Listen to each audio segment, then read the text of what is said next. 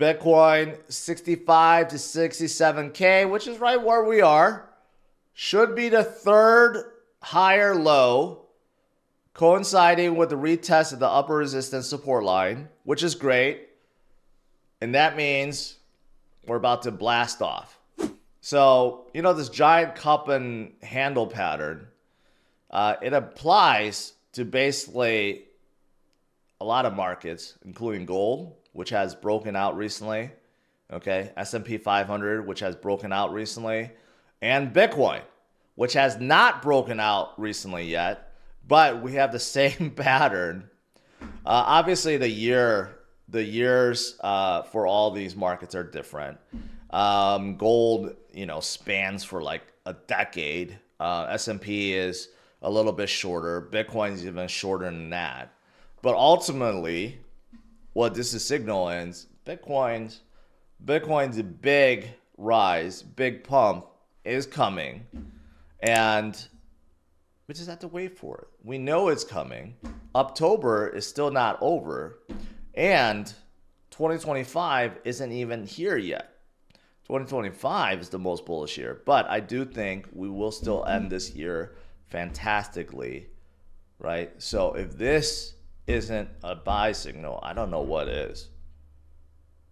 So this is looking pretty darn good. And of course, we have other buy signals like this. There are always just a lot of buy signals. A lot of buy signals, a lot of repeats of what happened. This is one, like a major crossover that happened. That happened in the previous cycle, in the 2020 cycle, right before a major climb. And also that happened in October. Like everything happens October. Just like the McRib indicator happens in October. The elections indicator happens in October. Everything happens in October. And we're in October. It's not over yet. So it's got to wait. Wait it out. And of course, here's another one showing where we can head to this cycle and next cycle. Remember I talked about 13 years, how 13 years ago Bitcoin was only $2.50. Imagine where Bitcoin will be 13 years from now. This is just projecting Bitcoin next year and 4 years after that, which is projecting Bitcoin be at $780,000, which seems like insane at our current level. But if Bitcoin does hit 260,000 by next year, the 780 doesn't seem so insane then.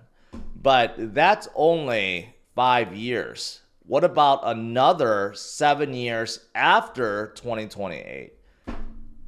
How high will Bitcoin be then? Probably well above $1 million, right? So it's kind of crazy to think about. We always think Bitcoin short term, like week to week, month to month, even year to year. You know, on a grand scheme of things, I know it's long, but it's short term.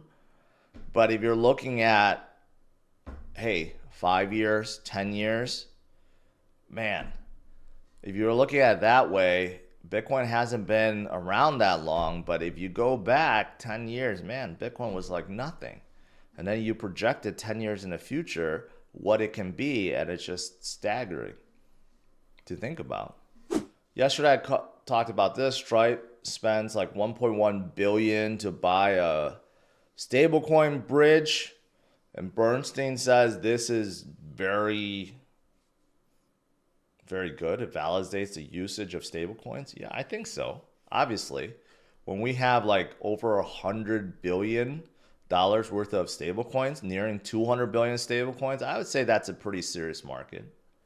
Thor Chain begins rollout of swap provider on Ledger Live. Those of you guys that have Ledger, you use Ledger Live Swap. Now it integrates Thor Chain, so that means there's more options. That's good. And Avalanche releases a Visa card for cryptocurrency payments.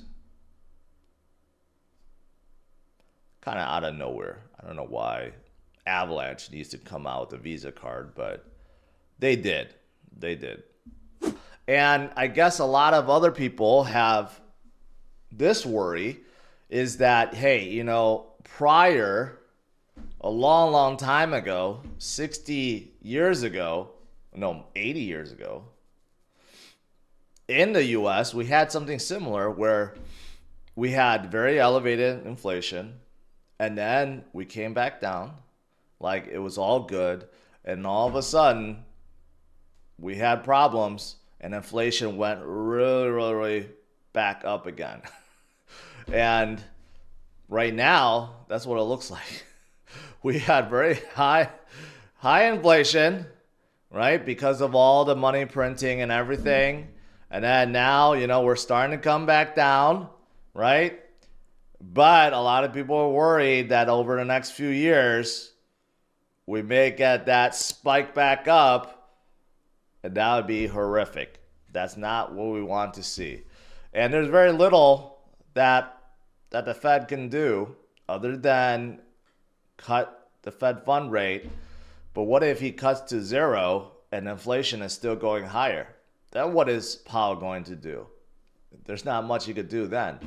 So hopefully we're not repeating the same pattern that we saw in the 70s and 80s when inflation came down and then boom, it spiked back up. That would be horrific. That would be horrific. Let's hope that doesn't happen. But again, this is why we have Bitcoin.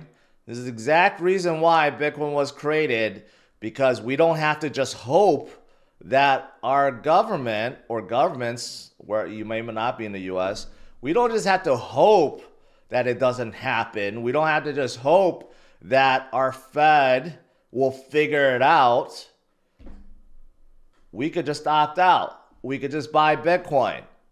This is the exact reason why Bitcoin was created, so that we don't have to depend on the fiat. We don't have to depend on the Fed figuring it out, because they won't, because it's just built out of house of cards and they'll never figure it out, which is why the deficit keeps on going up, why inflation will always be a thing. And that's why Bitcoin was created in 2008 after the last giant recession.